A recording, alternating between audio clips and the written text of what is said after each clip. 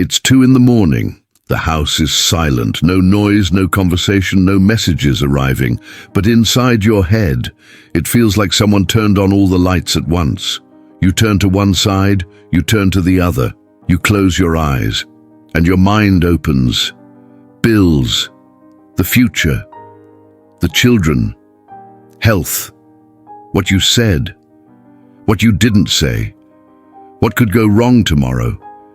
And the more you try to stop thinking, the more the thoughts race. Maybe you're tired, maybe exhausted, but sleep seems impossible, and the worst part isn't even the fear. It's the feeling that you're alone with it. I know how it is. I've been there. I've lain down with my body begging for rest, and my mind refusing to shut down. I've tried to pray, but the words wouldn't come out, or they came out empty, as if I were talking to the ceiling. And then came that silent guilt. If I trusted God more, I wouldn't be like this. If I had more faith, I wouldn't feel this way. But let me tell you something very clearly, looking at you now. This isn't a lack of faith. This is too much weight for one mind to bear. You're not weak. You're overwhelmed. You're trying to support the household, take care of the children, pay the bills, protect those you love, and still appear strong.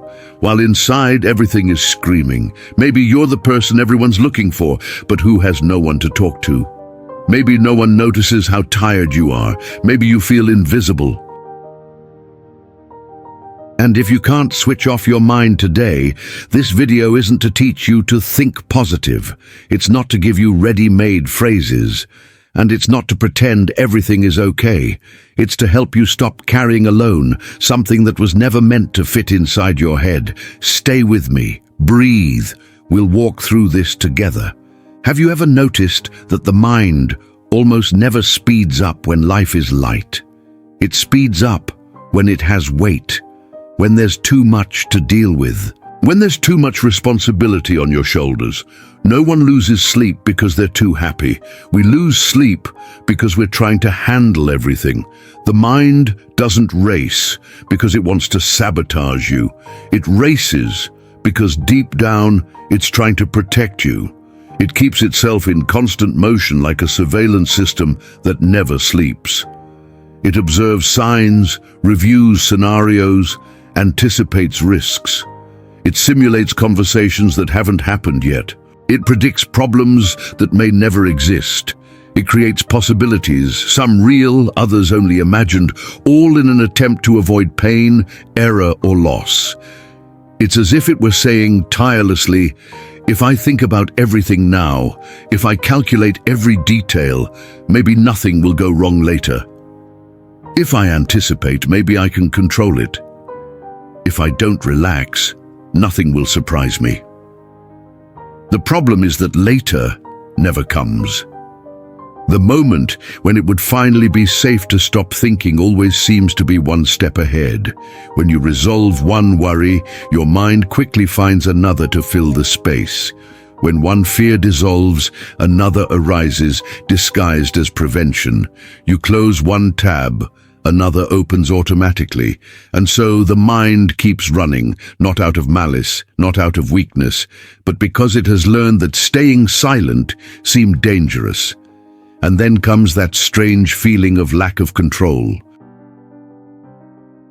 You realize you can't predict everything, you can't guarantee anything, you can't protect everyone all the time.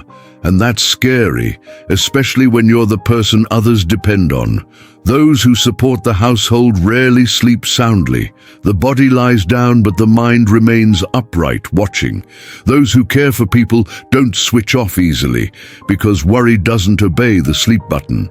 Those who are strong for everyone learn to swallow their tiredness in silence, to solve problems before they feel them, to keep going even when the weight is heavy, and they are almost never strong for themselves, because there's never enough time nor space to take care of their own pain. I remember one specific night. One of those nights when the room is dark, the world seems quiet, but inside everything is making noise. Quem sustenta a casa raramente dorme leve. O corpo deita, mas a cabeça continua em pé, vigiando.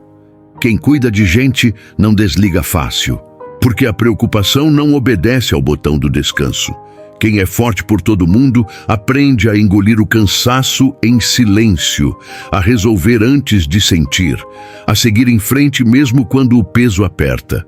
E quase nunca é forte por si mesmo, porque nunca sobra tempo, nem espaço para cuidar da própria dor. Eu lembro de uma noite específica, uma daquelas em que o quarto está escuro, o mundo parece quieto, mas por dentro tudo faz barulho. I was lying there, staring at the ceiling, counting invisible cracks, trying to convince my body to rest. And the feeling was like going downhill without brakes, with a tight chest and my mind racing ahead of time. The more I tried to stop, to take a deep breath, to organize my thoughts, the faster it seemed to go, as if each attempt at control only proved how much I was already at my limit. And then I realized something that changed everything. Something simple, but heavy enough to flip the switch from the inside. The problem wasn't that my mind was racing, it was just responding to excess. The problem was that my life was demanding more than I could give, more strength, more presence, more answers, more than anyone can handle alone. My mind wasn't broken. It hadn't failed. It was overloaded, asking for a pause where there was only demands, asking for care where there was only obligation. Perhaps your mind won't shut off today because you're trying to control what was never in your hands. And while you try to hold everything together, fear finds space. Fear of running out of money, fear of something happening to someone you love, fear of losing the little control you seem to have. In the next point, I want to talk precisely about that, the fears we carry in silence, those we never say aloud, but that talk to us every night. There are fears we even talk about, those that are socially acceptable. Oh, I'm a little worried. It's just a phase, but there are others that we swallow, because they seem ugly, because they seem exaggerated, because they seem like a lack of faith. And they appear precisely when everything is silent. Financial fear, for example. It's not just fear of money. It's fear of running out, fear of not being able to support the household, fear of looking at those who depend on you and not knowing if you'll be able to cope tomorrow. You do mental calculations in the middle of the night. You recalculate numbers you already did during the day, and even then, your heart doesn't rest. There's the fear of illness, sometimes a small symptom, a delayed exam, a pain that wasn't there before, and your mind wanders far, very far. You don't tell anyone, but inside you've already gone through every possible scenario. There's the fear for your children. It's silent, constant, heavy. You think, what if I'm not around? What if I fail them? What if something happens and I can't protect them? Being a mother, being a father, being a caregiver is living with your heart outside your chest. And there's a fear that almost no one admits, the fear of losing what you've already achieved. Not just things, but people, stability, health, peace, because you know how much it costs to get here. The problem isn't feeling fear. The problem is feeling fear alone. You smile during the day, you solve problems, you take care of everyone. But at night, it's just you and your thoughts, and the more you try to be strong, the less space there is left to be honest. Perhaps you've never said this out loud, but I'll say it for you now. I'm afraid. I don't know if it will work out. I'm trying, but I'm tired. And you know what's the heaviest part of all this? It's not the fear itself. It's the guilt that comes right after. That voice that whispers, if you trusted God more, you wouldn't feel this way. It's about this silent guilt that we're going to talk about now.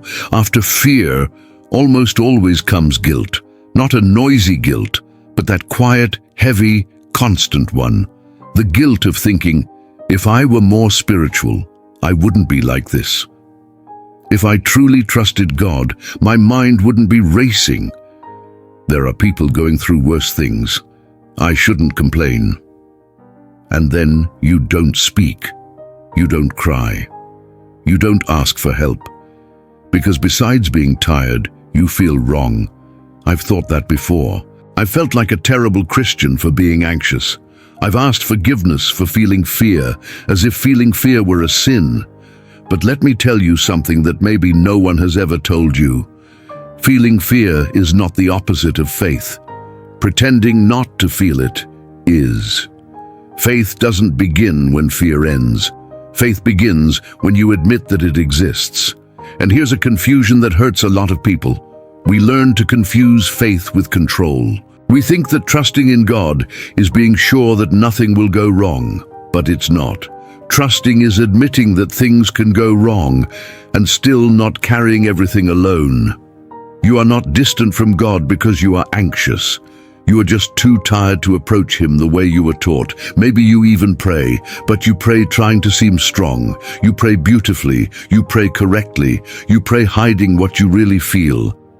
And God doesn't connect with the edited version of you. He meets with what is real. The problem isn't that you don't trust.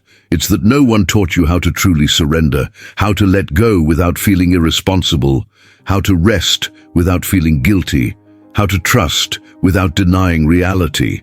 That's exactly what we're going to unlock now. When someone tells you, surrender to God, what does that mean in practice? Because if it were that simple, your mind would have shut down a long time ago. Many people think surrendering is stopping feeling. Others think it's stopping thinking. Some believe it's pretending everything is okay and calling that faith. But surrendering isn't anesthesia. It's not denial, and it's not passivity. Surrendering is stopping fighting alone. It's recognizing a limit. It's saying, I went as far as I could. From now on, I can't do it anymore. I remember once saying in prayer, God, I've already given this to you 1,000 times. And at that moment, something very clear came to me. I said I was surrendering, but I kept holding on to control, holding on to attempts, holding on to the obligation to succeed. It's like someone who says you can hold on, but doesn't let go. Surrendering isn't throwing everything away. It's letting go of the weight of the outcome. You keep working, you keep taking care, you keep doing what's within your reach. But stop thinking that everything depends on you. Surrender is an exchange. You offer your limitations and receive rest. No immediate answers, no guarantees, but enough peace to get through the day. And maybe today you don't know how to do that right. Maybe your prayer is confused. Maybe you don't even know what to say. That's okay, because surrendering doesn't begin with pretty words. It begins with honesty. And sometimes the truest prayer is just this: God, I don't know how to let go, but I can't hold on anymore. In the next point, I want to talk to you who feels all this silently, who is strong for everyone else, but who feels invisible. If that's you, stay with me. When someone tells you, surrender to God, what does that mean in practice? Because if it were that simple, your mind would have shut down a long time ago. Many people think surrendering means ceasing to feel. Others think it means ceasing to think. Some believe it's pretending everything is all right and calling that faith. But surrendering isn't anesthesia. It's not denial, and it's not passivity. Surrendering is ceasing to fight alone. It's recognizing a limit. It's saying, I went as far as I could. From here on out, I can't go any further. I remember once saying in prayer, God, I've surrendered this to you 1,000 times. And at that moment, something very clear came to me. I said I surrendered, but I kept holding on to control, holding on to attempts, holding on to the obligation to succeed. It's like someone who says, you can hold on, but doesn't let go. Surrendering isn't about throwing everything away. It's about letting go of the weight of the outcome. You continue working, you continue caring, you continue doing what's within your reach. But stop thinking that everything depends on you. Surrendering is an exchange. You offer your limitations and receive rest. Not immediate answers, no guarantees, but enough peace to get through the day. And maybe today you don't know how to do that right. Maybe your prayer is confused. Maybe you don't even know what to say. That's okay, because surrendering doesn't begin with pretty words. It begins with honesty. And sometimes the truest prayer is just this: God, I don't know how to let go, but I can't hold on anymore. In the next point, I want to talk to you who feels all this silently, who is strong for everyone else, but who feels invisible. If that's you, stay with me. There's a kind of loneliness that isn't about being alone. It's about not having space to fall. It's the loneliness of the one who supports the household, the one who takes care of things, the one who solves problems, the one who listens to everyone, but is never listened to. Maybe nobody notices, but you rarely say how you really are. When they ask, "Are you okay?" you answer, "Everything's fine," even when you're not, because if you stop, who will hold you up? If you crumble, who will continue? And so you keep piling things up inside yourself. Fears, tiredness, worries, until the mind becomes the only place where all of this can exist, and it doesn't shut up. There are mothers who don't cry loudly because they've learned to swallow their tears so as not to scare their children. They take a deep breath, quickly dry their faces and remain strong, even when inside something cries out for comfort. There are people who support the home, the day, the routine, the expectations, and don't allow themselves to fail. They carry the weight of everyone on their shoulders as if resting were a luxury, as if falling weren't an option. There are caregivers who forget about themselves, who postpone their own pain, because there's always someone needing more, calling louder, hurting more visibly, and so they end up last in the caregiving line. And then at night, when no one is watching, when the house falls silent and the world finally turns off the lights, the body lies down, tired, heavy, but the heart remains standing, alert, worried, awake. It's in this silence that the weight appears. That's where loneliness creeps in. Because being strong all the time is also tiring. Have you ever felt invisible like that? Present but unseen. Essential but unrecognized. Necessary for everyone but not cared for by anyone. Let me tell you something important. Being strong all the time doesn't make you more worthy. It only makes you more tired. And God never called you to be invincible. He called you to be human. You don't need to impress God. You don't need to prove anything. He doesn't expect you to endure more. He expects you to draw closer. In the next point, I want to show you something simple, but that changes everything. What to do when your mind races because your heart has already gone beyond its limit. Don't go away. The mind doesn't always race because there's an urgent problem that needs solving right now. Sometimes it races because the heart has already exceeded all its limits, accumulating silences, pressures, and unspoken feelings without ever having been given permission to stop, rest, or simply feel. We call this anxiety. But in many cases, what's behind it isn't fear of the future, but a deep weariness of the soul. It's emotional exhaustion disguised as haste, racing thoughts, a mind that can't switch off because the body and heart have been crying out for help for too long. You've been strong for too long, responsible for too long, available for too long, and the body can endure it. But the heart begins to scream, only in the form of thoughts, repeated thoughts. Scenarios that don't stop, worries that return in a circle. Not because you are weak, but because you are tired of carrying everything alone. I want to ask you something now, nothing complicated, nothing too spiritual, just human. If you can, do this with me now. Place a hand on your chest. Breathe deeply through your nose, hold it for a second, and exhale slowly through your mouth. Do it again. While you breathe, let this phrase echo inside you without arguing with it. I don't need to solve everything right now. Maybe your mind wants to race again. That's okay. You're not trying to control your thoughts. You're just creating space to breathe. Resting isn't giving up. Resting is stopping punishing yourself. And you know what's hardest for someone carrying everything?